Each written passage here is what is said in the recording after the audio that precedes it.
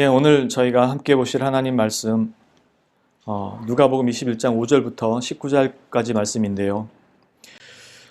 여기 보면 성전 이야기가 나오는데요. 사실 앞에 이야기를 자세히 보지 않으면 이 성전 이야기가 사실 좀 뜬금없이 나오는 내용이에요.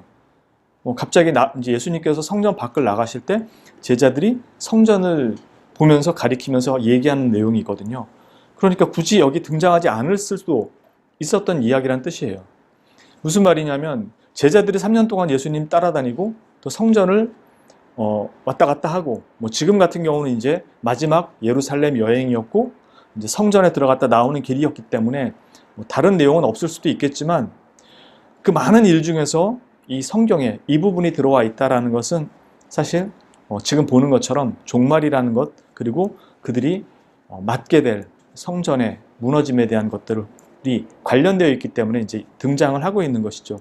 그러나 그것을 어떻게 이해하느냐는 좀 다른 문제입니다.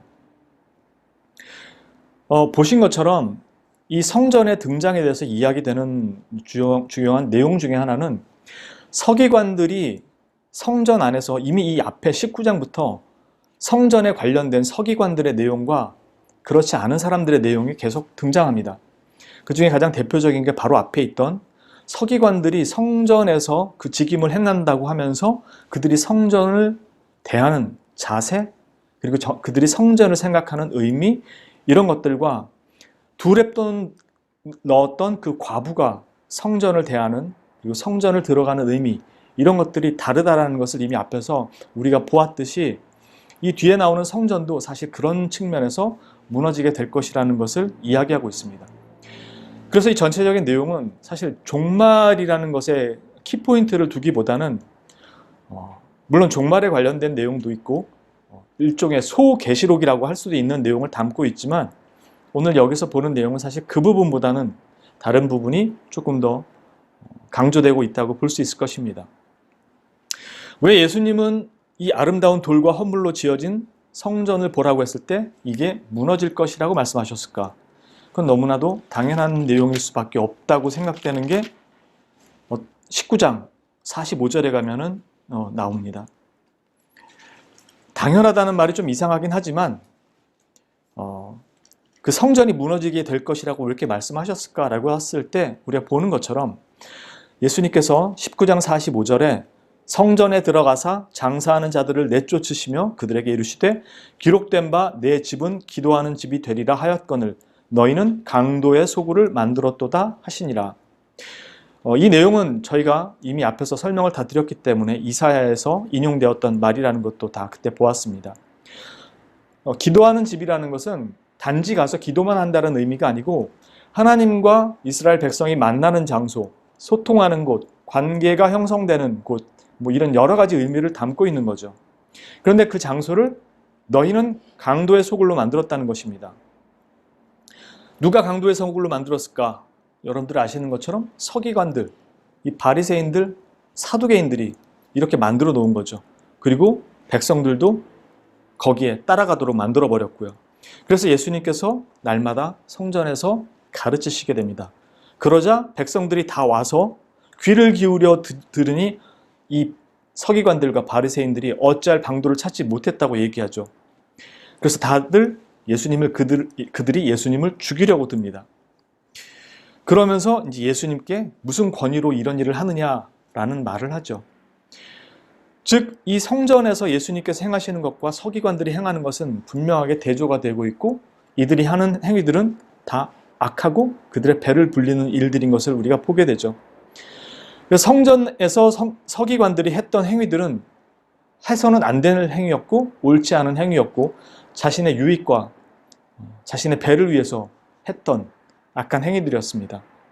예수님이 거기에 대해서 내 집은 만민의 기도하는 집, 즉 하나님과 내 백성이 만나는 장소라고 말씀하시는 것이었고요.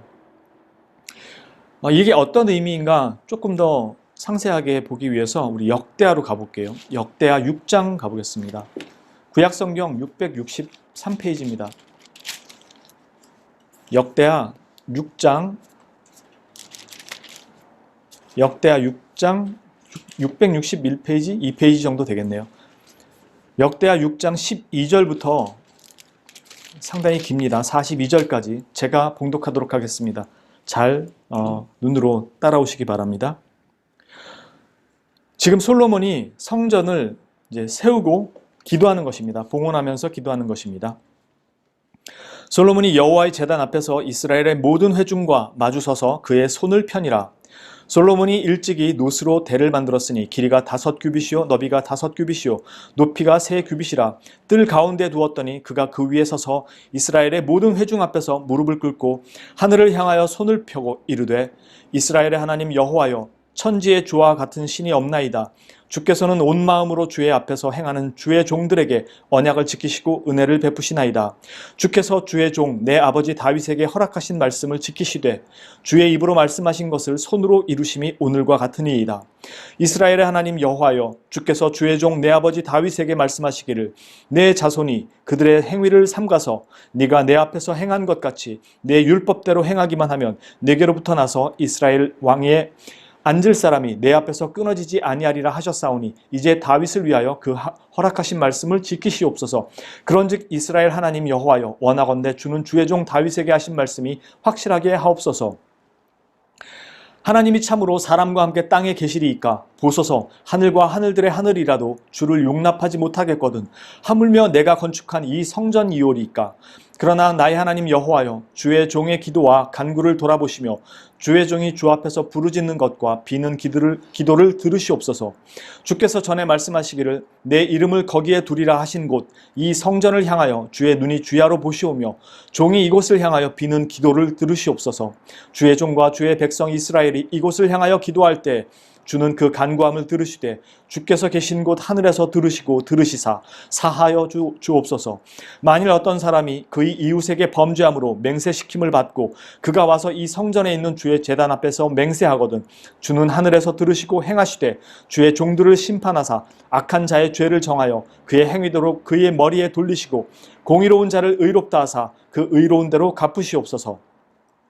만일 주의 백성 이스라엘이 주께 범죄하여 적국 앞에 패하게 되므로 주의 이름을 인정하고 주께로 돌아와서 이 성전에서 주께 빌며 간구하거든 주는 하늘에서 들으시고 주의 백성 이스라엘의 죄를 사하시고 그들과 그들의 조상들에게 주신 땅으로 돌아오게 하옵소서. 만일 그들이 주께 범죄함으로 말미암아 하늘이 닫히고 비가 내리지 않는 주의 벌을 받을 때 이곳을 향하여 빌며 주의 이름을 인정하고 그들의 죄에서 떠나거든 주께서는 하늘에서 들으사 주의 종들과 주의 백성 이스라엘의 죄를 사하시고 그 마땅히 행할 선한 길을 가르쳐 주시오며 주의 백성에게 기업으로 주신 주의 땅에 비를 내리시옵소서.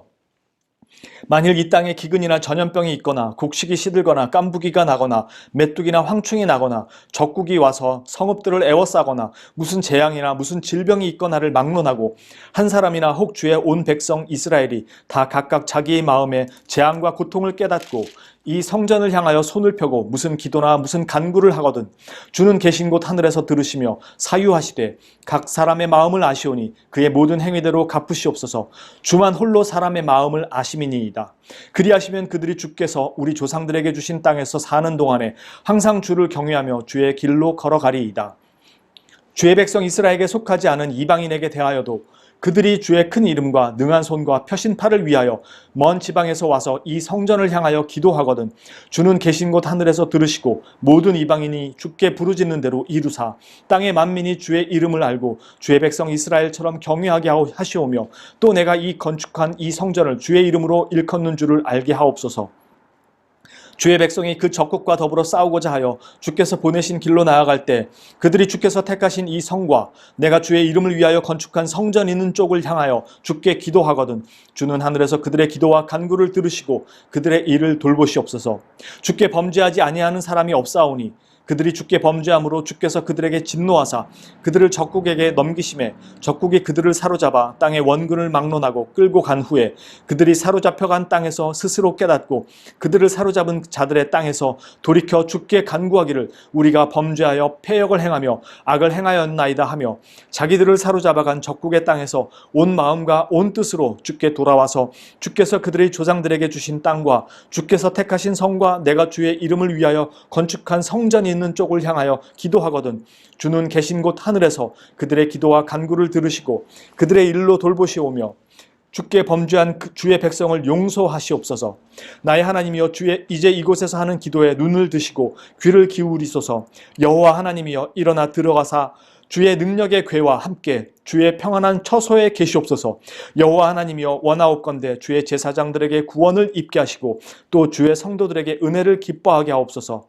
여호와 하나님이여, 주의 기름 부음 받은 자에게서 얼굴을 돌리지 마시옵고 주의 종 다윗에게 베푸신 은총을 기억하옵소서 하였더라. 아멘. 지금 이 내용 무슨 말인지 다 이해하실 것입니다. 이스라엘이 어떠한 상황에 놓였던, 그리고 어떠한 죄악을 저질렀던, 그리고 실제로 이스라엘 역사 속에서 포로로 끌려가기까지 모든 일어난 일들 속에 그들의 모든 상황이 놓여있던 그 어떤 상황 속에서도 성전을 향하여, 성전에 와서 또는 올 수 없을 때 이방인들조차도 이 성전에 와서 또는 이 성전을 향하여 기도와 간구를 드릴 때 하나님께서는 들으시고 그들의 죄를 사하여 주옵시고 그들을 회복시켜 주시옵소서라고 기도를 한 내용입니다. 이것이 성전이 하는 기능과 역할입니다. 그리고 하나님께서 성전을 주신 이유이기도 합니다. 지금 우리가 읽은 이 누가복음에서 이 바리새인 서기관들, 이 사두개인들이 행하는, 이 성전의 직임을 맡은 자들이 행하는 지금 이 성전의 모습은 어떤가요? 과연 솔로몬이 성전을 지으면서 행했던 그 모습이라고 할 수 있을까요? 처음엔 돌제단에서 시작했던 것이 출애굽한 후에 성막이 지어지고, 이 성막은 광야를 떠돌아야 했기 때문에 움직이지만 그 성막이 있는 곳에 하나님의 구름기둥과 불기둥이 옴으로써, 임재함으로써 하나님의 임재와 권능과 함께 하심을 보여주었습니다. 이제는 가나안 땅을 들어가서 약속의 땅에 정착하고 이제는 움직이지 않는 온전한 성전이, 건물의 성전이 지어졌습니다. 하나님께서 거기에 임재와 권위를 나타내시는 것이었죠. 그리고 솔로몬이 이렇게 기도를 했습니다. 그것이 성전이었기 때문에 그렇습니다. 그 성전을 주신 이유였고요. 그러나 지금 세월이 흐른 후에 바벨론 포로로 갔다가 돌아온 이후에도 이스라엘은 성전을 그렇게 대하지 못하고 있는 것입니다. 그래서 서기관들이 성전을 대하는 모습과 과부가 성전을 찾아가는 모습이 대비돼서 나타나고, 그것이 옳지 않은 것에 대해서 예수님께서 결국 이 성전이 어떻습니까? 라고 물었을 때 아름답고 화려한 이 성전이 무너지게 될 것임을 말씀하신 것이었습니다. 그러나 이 이스라엘은 자신들이 이 성전이 있다는 것 때문에 그렇게 생각을 하지 않았던 거죠. 그래서 지금 다 무너질 것이라고 얘기하자 그들이 7절에 보시듯 물어 이르되, 그러면 어느 때 이런 징조가 있을 것이고, 즉 어느 때 이 성전이 무너질 것이고 무너지기 전에 어떤 징조가 있겠습니까? 하고 누가복음에서 묻죠. 이들이 물었던 이유는 성전이 무너진다는 것이 이들에게는 종말이 오는 것이라고 생각했기 때문입니다. 왜냐하면 성전은 곧 하나님의 임재를 상징하고 그들의 권능, 하나님의 권능이고 그들과 함께하는 하나님의 위엄이라고 생각했기 때문입니다. 그러나 실제로 그들은 성전을 그렇게 보지 못하고 있었죠. 그러면서도 성전이 그런 기능을 한다고 생각했기 때문에 성전이 무너지면 종말이 올 것이라고 생각한 것입니다. 예레미야 7장 잠시 가서 보면 구약성경 1061페이지입니다. 전에도 우리가 한번 읽었는데, 예레미야 선지자는 이스라엘이 멸망하게 될 것을 선포하는 선지자였죠. 그 예레미야가 여호와의 말씀을 받아서 전하는 내용입니다. 구약성경 1061페이지입니다. 여호와께로부터 예레미야에게 말씀이 임하니라. 이르시되 너는 여호와의 집 문에 서서 이 말을 선포하여 이르기를, 여호와께 예배하러 이 문으로 들어가는 유다 사람들아, 여호와의 말씀을 들으라. 만군의 여호와 이스라엘의 하나님께서 이와 같이 말씀하시되 너희 길과 행위를 바르게 하라. 그리하면 내가 너희로 이곳에 살게 하리라. 너희는 이것이 여호와의 성전이라, 여호와의 성전이라, 여호와의 성전이라 하는 거짓말을 믿지 말라. 너희가 만일 길과 행위를 참으로 바르게 하여 이웃들 사이에 정의를 행하며 이방인과 고아와 과부를 압제하지 아니하며 무죄한 자의 피를 이곳에서 흘리지 아니하며 다른 신들 뒤를 따라 화를 자초하지 아니하면 내가 너희를 이곳에 살게 하리니 곧 너희 조상에게 영원 무궁토록 준 땅이니라. 이런 이 성전에 대한 하나님의 말씀, 즉 너희가 이것이 성전이라 성전이라 성전이라, 즉 하나님이 거기에 임재하시고 우리와 함께 하신다고, 그리고 하나님의 권능이 여기에 있다고 얘기하면서 너희는 길과 행위가 참으로 바르더냐? 라고 물으시는 것이죠. 실제로 이스라엘이 유다가 멸망하게 되는 것, 그것은 모두 지금 여기 나온 것처럼 그들이 마땅히 행해야 될 하나님의 말씀을 따라서 길과 행위를 바르게 하고 이방인과 고아와 과부를 돌보는, 무죄한 자의 피를 흘리지 말아야 하는 이런 악행을 그들 스스로가 저지르고 있었다는 것이죠. 오늘 말씀으로 돌아와서 과연 이 성전에서 이것들을 그들이 실행했는가라고 했을 때 여러분들 보시는 것처럼 누가복음 20장 45절 이하에 보면 예수님께서 말씀하시죠. 모든 백성이 들을 때 예수께서 그 제자들에게 이르시되 긴 옷을 입고 다니는 것을 원하며 시장에서 문안받는 것과 회당의 높은 자리와 잔치의 윗자리를 좋아하는 서기관들을 삼가라. 그들은 과부의 가산을 삼키며 외식으로 길게 기도하니 그들이 더 엄중한 심판을 받으리라 하시니라. 지금 앞에 나왔던 예레미야의 말씀하고는 전혀 반대되는 일들을 하고 있죠. 소위 이스라엘을 이끌어야 할 종교 지도자들이라고 하는 사람들이 악을 행하고 오히려 그 뒤에 나오는 과부가 두렙돈 자신의 삶 모든 것을 하나님 앞에 드리는 온전한 헌신을 드리는 모습을 보게 됩니다. 성전에 와서요. 여기에 대해서 이스라엘이 하나님 앞에 그 성전의 의미를 바로 이해하지도 못하고 바로 따라가지도 않고 악을 행하는 것에 대해서 너희가 보기에 이 화려한 성전은 결국 다 무너지게 될 것이라고 말씀합니다. 그러면서 미혹을 받지 않도록 조심하라고 말씀하시죠.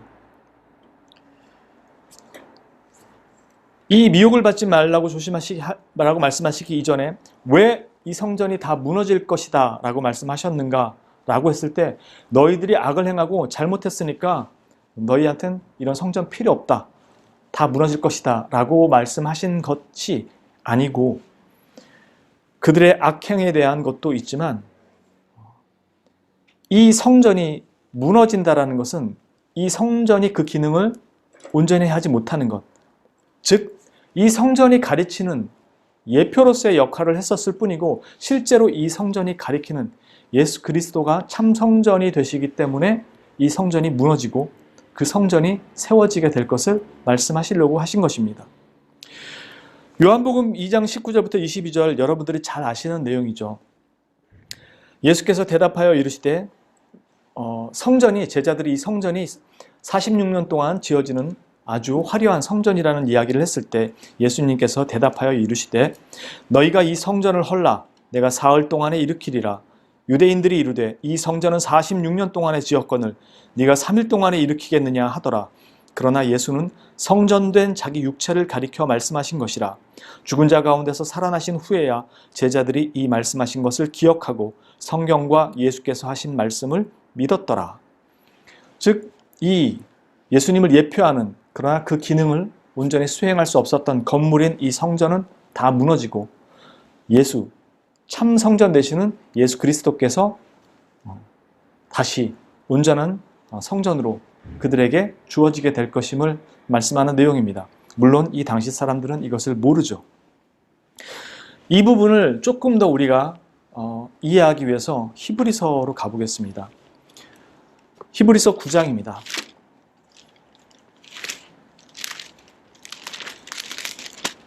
히브리서에는 예수님의 대제사장, 그 다음에 어린 양, 그리고 선지자, 그리고 성소로 오시는 것에 대한 내용들을 얘기하는 그 책입니다. 히브리서 9장 1절부터 보겠습니다. 이것도 내용이 깁니다. 제가 봉독하도록 하겠습니다. 첫 언약에도 섬기는 예법과 세상에 속한 성소가 있더라. 예비한 첫 장막이 있고 그 안에 등잔대와 상과 진설병이 있으니 이는 성소라 일컫고 또 둘째 휘장 뒤에 장막을 지성소라 일컫나니 금 향로와 사면을 금으로 싼 언약궤가 있고 그 안에 만나를 담은 금 항아리와 아론의 쌍난 지팡이와 언약의 돌판들이 있고 그 위에 속죄소를 덮는 영광의 그룹들이 있으니 이것들에 관하여는 이제 낱낱이 말할 수 없노라. 성전이 이렇게 있으면 외벽으로 성전을 만들고 그 성전의 문으로 성전 안으로 들어가게 되면 이방인의 뜰이 있고 조금 더 안에 들어가면 이제 제단과 그 제단이 있고 그 제단 앞쪽에 이제 성소가 있습니다. 그래서 그 성소는 두 구역으로 나눠져서 그 앞쪽에 이 진설병과 이런 것들이 놓여 있는 부분이 있고 그 안에 휘장으로 이렇게 쳐져 있어서 1년에 딱 한 번만 대제사장이 들어갈 수 있는 지성소가 있습니다. 그 안에 언약궤가 있고 언약궤 위에 뚜껑을 덮어서 두 그룹이 날개를 이렇게 마주해서 바라보면서 날개를 펴서 이 언약궤를 덮고 있는 것이 있습니다. 그래서 그 언약궤가 놓여 있는 것이 지성소인데 거기는 이제 제사장만 1년에 한 번 들어갈 수 있는 곳이었습니다. 지금 그것에 대해서 이제 간단하게 설명한 것이었습니다. 6절부터 봅니다. 이 모든 것을 이같이 예비하였으니 제사장들이 항상 첫 장막에 들어가 섬기는 예식을 행하고 오직 둘째 장막은 대제사장이 홀로 1년에 한 번 들어가되 자기와 백성의 허물을 위하여 드리는 피 없이는 아니하나니 성령이 이로써 보이신 것은 첫 장막이 서 있을 동안에는 성소에 들어가는 일이 아직 나타나지 아니한 것이라. 이 장막은 현재까지의 비유니 이에 따라 드리는 예물과 제사는 섬기는 자를 그 양심상 온전하게 할 수 없나니 이런 것은 먹고 마시는 것과 여러 가지 씻는 것과 함께 육체의 예법일 뿐이며 개혁할 때까지 맡겨둔 것이니라. 그리스도께서는 장래 좋은 일의 대제사장으로 오사 손으로 짓지 아니한 것 곧 이 창조에 속하지 아니한 더 크고 온전한 장막으로 말미암아 염소와 송아지의 피로 하지 아니하고 오직 자기의 피로 영원한 속죄를 이루사 단번에 성소에 들어가셨느니라. 염소와 황소의 피와 및 암송아지의 죄를 부정한 자에게 뿌려 그 육체를 정결하게 하여 거룩하게 하거든 하물며 영원하신 성령으로 말미암아 흠없는 자기를 하나님께 드린 그리스도의 피가 어찌 너희 양심을 죽은 행실에서 깨끗하게 하고 살아계신 하나님을 섬기게 하지 못하겠느냐. 이로 말미암아 그는 새 언약의 중보자시니 이는 첫 언약 때에 범한 죄에서 속량하려고 죽으사 부르심을 입은 자로 하여금 영원한 기업의 약속을 얻게 하려 하심이라. 유언은 유언한 자가 죽어야 되나니 유언은 그 사람이 죽은 후에야 유효한즉 유언한 자가 살아있는 동안에는 효력이 없느니라. 이러므로 첫 언약도 피 없이 세운 것이 아니니 모세가 율법대로 모든 계명을 온 백성에게 말한 후에 송아지와 염소의 피 및 물과 붉은 양털과 우슬초를 취하여 그 두루마리와 온 백성에게 뿌리며 이르되 이는 하나님이 너희에게 명하신 언약의 피라 하고 또 이와 같이 피를 장막과 섬기는 일에 쓰는 모든 그릇에 뿌렸느니라. 율법을 따라 거의 모든 물건이 피로써 정결하게 되나니 피 흘림이 없은즉 사함이 없느니라. 그러므로 하늘에 있는 것들의 모형은 이런 것들로서 정결하게 할 필요가 있었으나 하늘에 있는 그것들은 이런 것들보다 더 좋은 제물로 할지니라. 그리스도께서 참것의 그림자인 손으로 만든 성소에 들어가지 아니하시고 바로 그 하늘에 들어가사 이제 우리를 위하여 하나님 앞에 나타나시고 대제사장이 해마다 다른 것의 피로써 성소에 들어가는 것 같이 자주 자기를 드리려고 아니하실지니 그리하면 그가 세상을 창조한 때부터 자주 고난을 받았어야 할 것이로되 이제 자기를 단번에 제물로 드려 죄를 없이 하시려고 세상 끝에 나타나셨느니라. 한번 죽는 것은 사람에게 정해진 것이요 그 후에는 심판이 있으리니 이와 같이 그리스도도 많은 사람의 죄를 담당하시려고 단번에 들이신 바 되셨고 구원에 이르게 하기 위하여 죄와 상관없이 자기를 바라는 자들에게 두 번째 나타나시리라. 여기 보는 것처럼 이 땅에 있는 그 장막은 예표에 불과했을 뿐이며 정말로 오실 그 참된 성소 되시는 예수 그리스도께서 오셔서 이 땅에 있는 성소가 아닌 하늘에 있는 성소로 단번에 올라가셨다고 말씀합니다. 그래서 누가복음 나중에 뒤에 보면 예수님께서 죽으셨을 때 휘장이 찢어졌다 그러죠.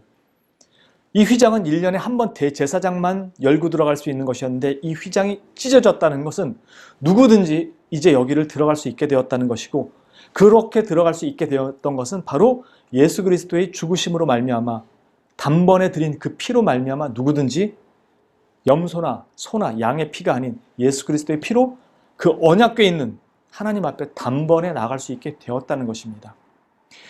그러므로 이 성전, 그 기능과 역할을 제대로 할 수 없었던 그 서기관들과 바리새인들이 그 직임을 하지 못했던 그 성전은 결국 무너지고 예수 그리스도로 말미암아 세워지는 이 성전이 이제 비로소 그들이 가게 될 참 성전이 된다는 것입니다. 즉 하나님과 이스라엘의 만남이 있는 장소가 바로 이 성전인 것입니다.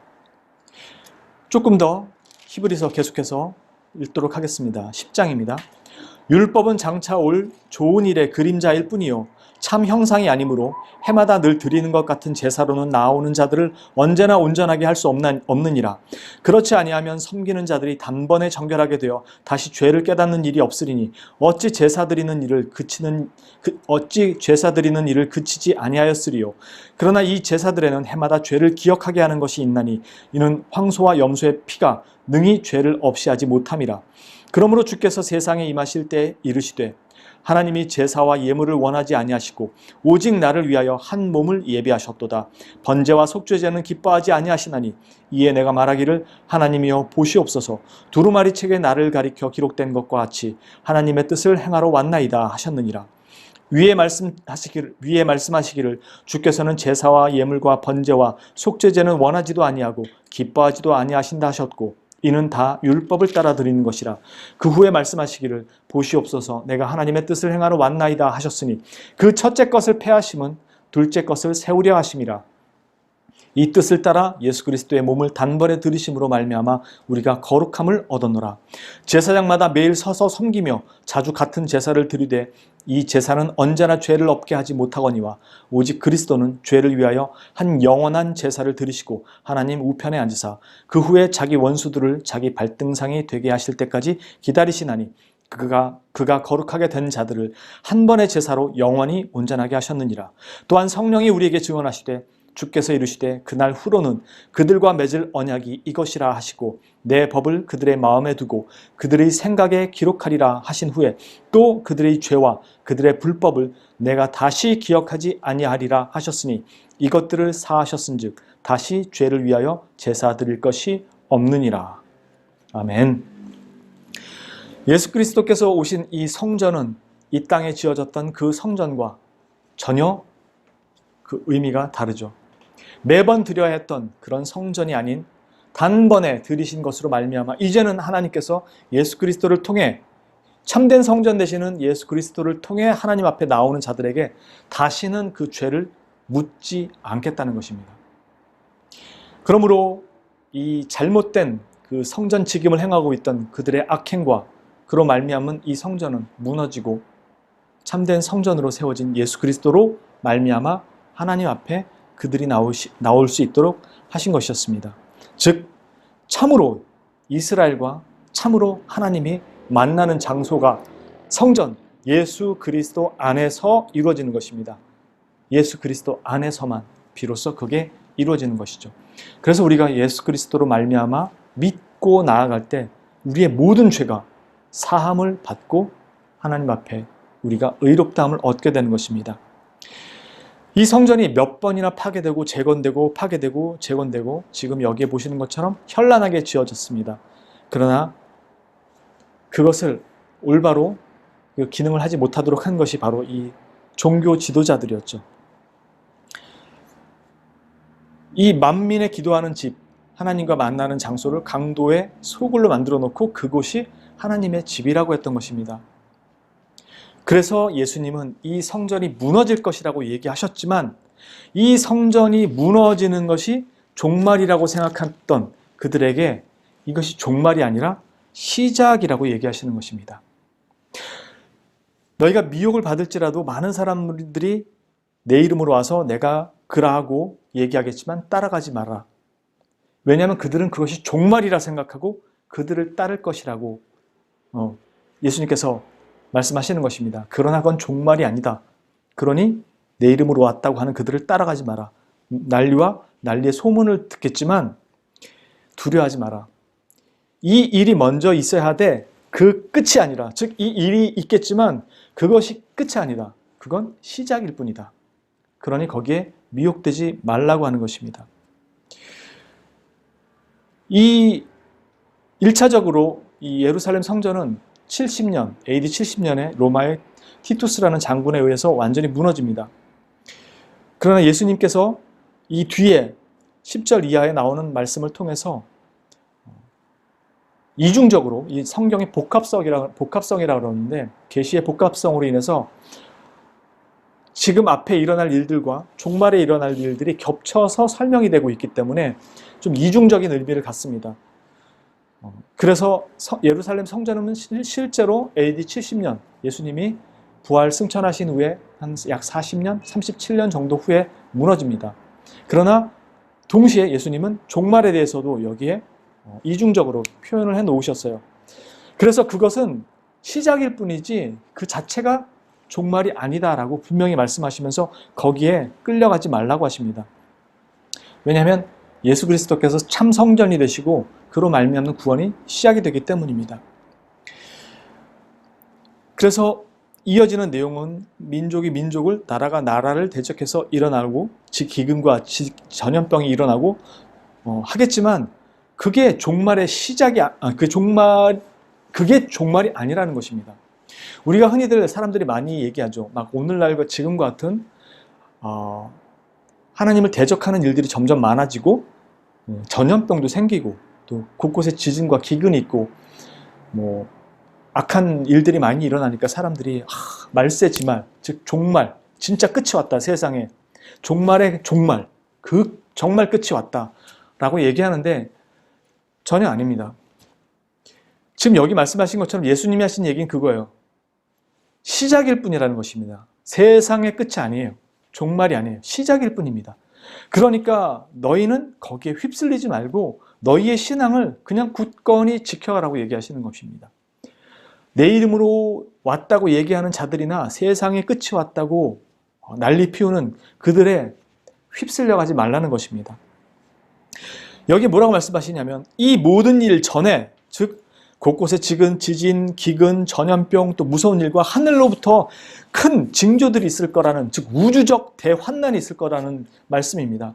다만 이 땅에서의 환난이 아니라 우주적으로도 온 세상이 아주 큰 환난이 있을 것이라는 것입니다. 그러나 이 모든 일 전에 내 이름으로 말미암아 너희에게 손을 대어 박해하며 회당과 옥에 넘겨주며 임금들과 집권자들 앞에 끌어가려니와, 즉 이 일이 이런 징조 전에 먼저 있을 것이라는 것입니다. 그러니까 이 일이 일어나지도 않았는데 세상 끝이 왔다는 둥 종말이 왔다는 것은 잘못 알고 있다는 것입니다. 그래서 이 일이 도리어 너희에게 증거가 되리라. 이게 증거가 되리라고 되어 있지만 여러분들 각주를 보시면 2번에 뭐라고 되어 있냐면은 여러분들 각주 다 있으시죠? 성경 뭐 밑에나 옆에 보시면 안 돼 있는 분도 있을 수는 있어요. 13절에 이 일이 도리어 너희에게 증거가 되리라 했을 때 증거라고 이렇게 그 위에 숫자가 이렇게 적혀 있는 성경들이 있을 겁니다. 거기를 찾아가 보시면 성경 옆이나 끝에 뭐라고 되어 있냐면은 또는 증거의 기회가 이렇게 되어 있습니다. 즉 이 일이 도리어 너희에게 증거의 기회가 되리라, 이런 뜻입니다. 즉 어떤 사본에는 이렇게 적혀 있다는 뜻입니다. 그리고 실제로 마가복음에도 이 부분에 대해서는 증거가 되리라 라고 말씀하지 않고 뭐라고 얘기가 되어 있냐면은 마가복음 13장, 14장에 말씀되어 있기를 이렇게 되어 있습니다. 13장 9절입니다. 마가복음 13장 9절에 너희는 스스로 조심하라. 사람들이 너희를 공회에 넘겨주겠고 너희를 회당에서 매질하겠으며 나로 말미암아 너희가 권력자들과 임금들 앞에 서리니 이는 그들에게 증거가 되려 함이라. 즉 이런 일이 있다, 이 모든 일이 일어나기 전에 너희가 박해를 받고 그들에게 끌려갈 것이다, 이 일이 증거가다, 즉 이 일이 멸망에 다가온다라는 증거다라는 의미가 아니고 너희가 끌려가서 그들 앞에 서게 되는 것, 그것을 통해서 너희가 나에 대한 증인이 되리라, 증거가 되리라, 증거의 기회가 되리라 라는 뜻입니다. 즉 이런 주님이 말씀하시는 때가 가까울 때 너희는 어떻게 살아야 되는가라는 것에 대한 이야기라는 뜻입니다. 즉 너희는 나의 증인으로 살아라, 나의 증인의 자리에 서라 라는 뜻입니다. 즉 여기 나오는 내용은 언제 어떻게 멸망되느냐를 알아서 피해 다니라는 그런 의미가 아니고, 이런 일이 있을 때 너희는 비로소 그 일이 너희가 나의 증인이 되는 기회가 될 것이다 라는 말씀입니다. 그래서 실제로 예루살렘 성전이 무너지고 이스라엘이 뿔뿔이 흩어져서 살게 될 때 사도행전에 보시는 것처럼 성령으로 충만한 사도들과 스데반의 이 두 사람이, 물론 이 두 사람뿐만이 아니라 그들이 다니면서 예수님을 증거하고 옥에 갇히고 끌려가는 일들이 생기게 되죠. 그리고 14절에는 너희는 변명할 것을 미리 궁리하지 않도록 명심해라. 내가 너희에게 그들의 말에 반박할 그 지혜를 줄 것이다. 심지어 가족들도 너희를 죽이게 내줄 것이고 사람들한테 미움을 받을 것이다 라고 얘기하시는데, 여러분들이 아시는 것처럼 이 이야기가 사실 사도행전에서도 이미 일어났죠. 스데반이 놀라운 지혜로 하나님의 말을 전할 때 사람들이 스데반을 돌로 쳐서 죽이죠. 순교하죠. 그리고 야고보도 순교합니다. 예수님의 동생이었던 야고보가 똑같이 순교하게 되죠. 그리고 바울은 사도행전에 가보면 그들을 순교하는 자리로 내뭅니다. 오히려 바울 같은 경우는요. 그러나 지금 여기에 나오는 너희 중에 몇이 죽임을 당할 것이다 라는 말은, 이 죽음을 당하는 것이 교회가 겪게 되는 통상적인, 아주 그냥 누구나 다 겪게 되는 보편적인 의미라는 뜻은 아닙니다. 몇몇이 죽임을 당하리라 라는 의미는 그런 일들이 있게 될 것이라는 거지, 모든 사람이 다 그렇게 박해받고 죽게 될 것이라는 것은 아닙니다. 어쨌든 이런 일들이 사도행전을 통해서 실제로 일어났고, 또 그 이후에도 계속해서 일어나고 있고, 오늘날에도 많이 일어나고 있습니다. 여러분들이 아시는 것처럼 여러 지역에서 박해를 받고 죽어가는 분들이 있습니다. 그러면서 이어지는 내용은 너희 머리털 하나도 상하지 아니하리라 라고 했는데, 이 얼뜻 보면은 앞에 몇 명이 죽겠다는 말과 모순처럼 보입니다. 앞에는 몇 명이 죽을 것이라고 돼 있고 뒤에는 머리털 하나도 상하지 아니할 것이라 라고 했는데, 이 말은 육체적인 그 이야기가 아닙니다. 머리털 하나도 상하지 아니하리라는 말은 육체를 의미하는 것이 아니라 너희의 영혼은 온전하게 그런 박해를 받는 가운데서도 구원을 받을 것이다 라는 뜻입니다. 즉 내가 너희를 결코 그 박해 속에서도 믿음을 떠나는 그 자리에 서지 않도록 내가 반드시 지킬 것이다. 그러니 그 박해는 너희가 피해야 될 것, 그 자리가 아니고 나를 증언하는 기회가 될 것이다. 그리고 나는 그 자리에서 너희가 완전히 나를 떠나지 않도록 지킬 것이며 너희의 영혼을 온전하게 구원할 것이다 라는 이야기와 똑같습니다.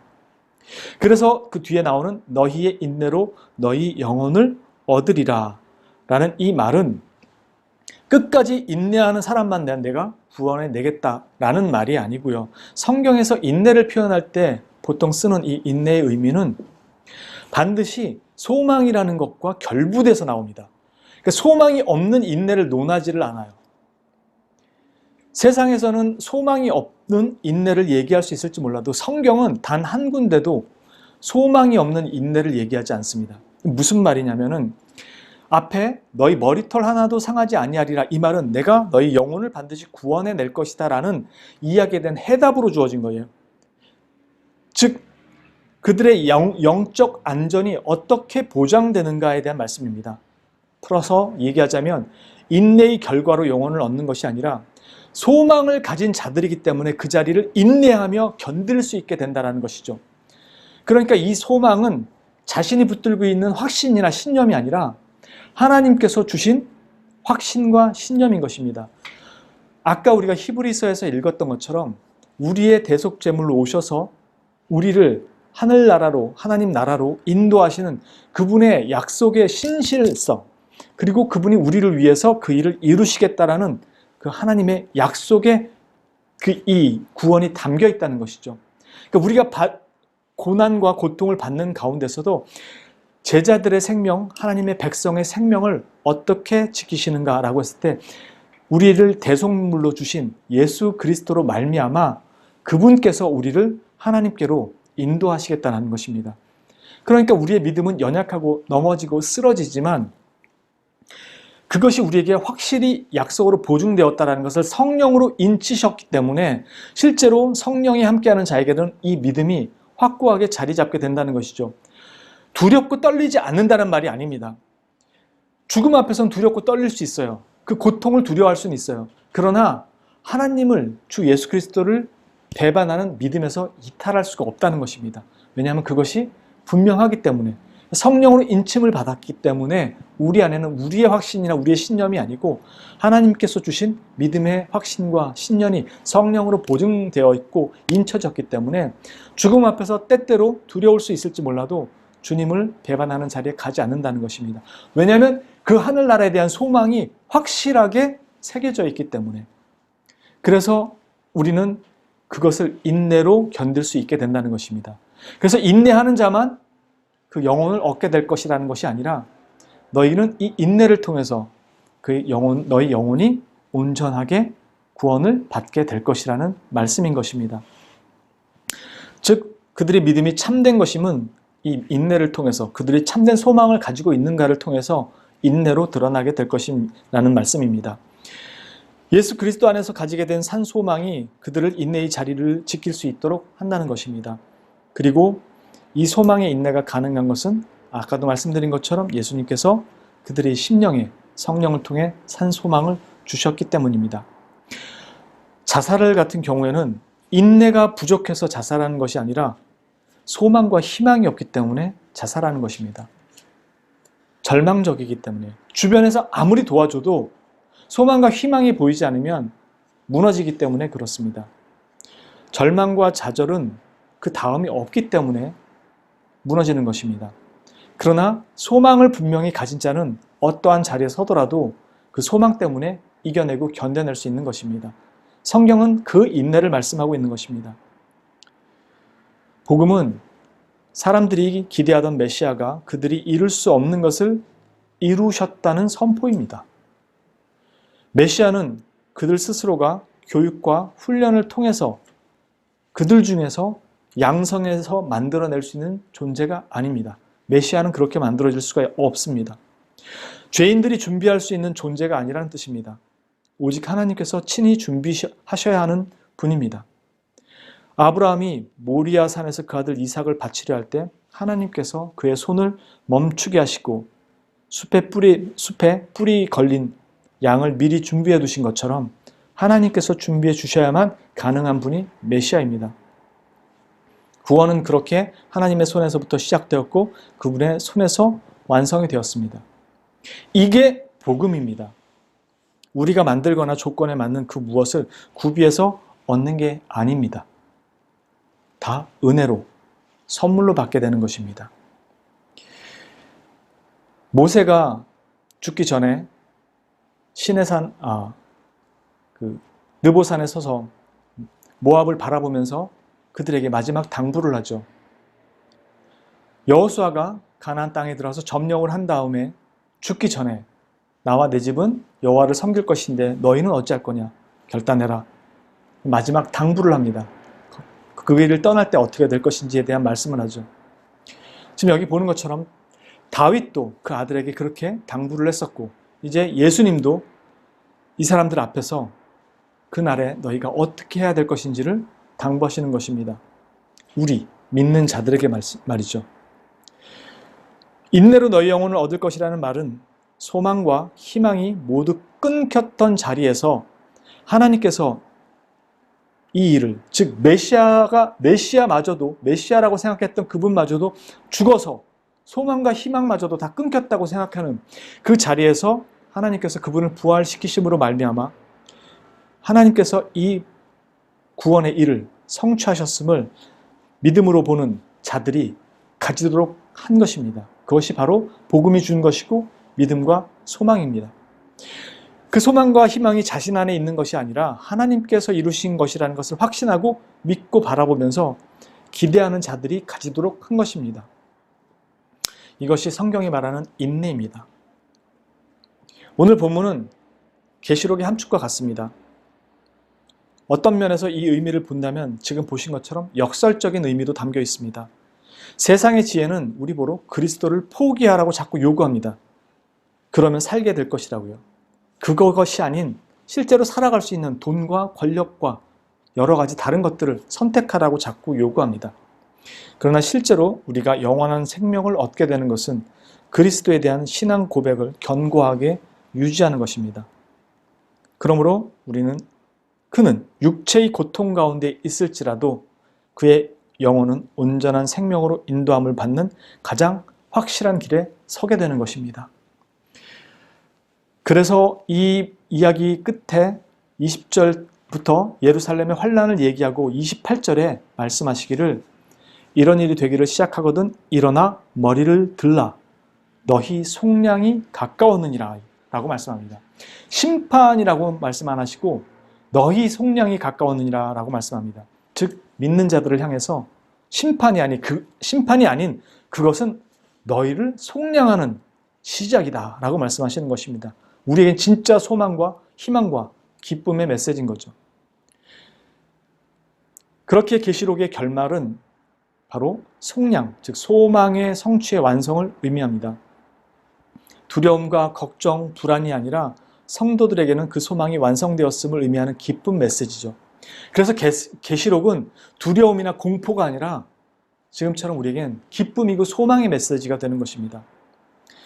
그러므로 우리는 주의 말씀을 따라 이 모든 일이 일어나기 전에 받게 될 모든 박해와 환난 중에도 오히려 이것이 우리로 하여금 그리스도를 증언하게 하는, 내가 그리스도의 사람인 것을 또 한 번 확인하게 하는 것이라는 것을 분명히 기억하시고, 육체는 멸하지만 영혼은 멸할 수 없는 그런 사람들을 두려워하지 마시고 오직 우리를 그 나라로 인도하시는 우리의 죄 가운데서도 우리를 속량하시고 구원하시는 그 신실하신 하나님을 바라보고 우리의 인내, 곧 소망의 확실한 그 끈을 붙잡아 우리 영혼의 구원을 이룰 수 있기를 주님의 이름으로 진심으로 축원합니다.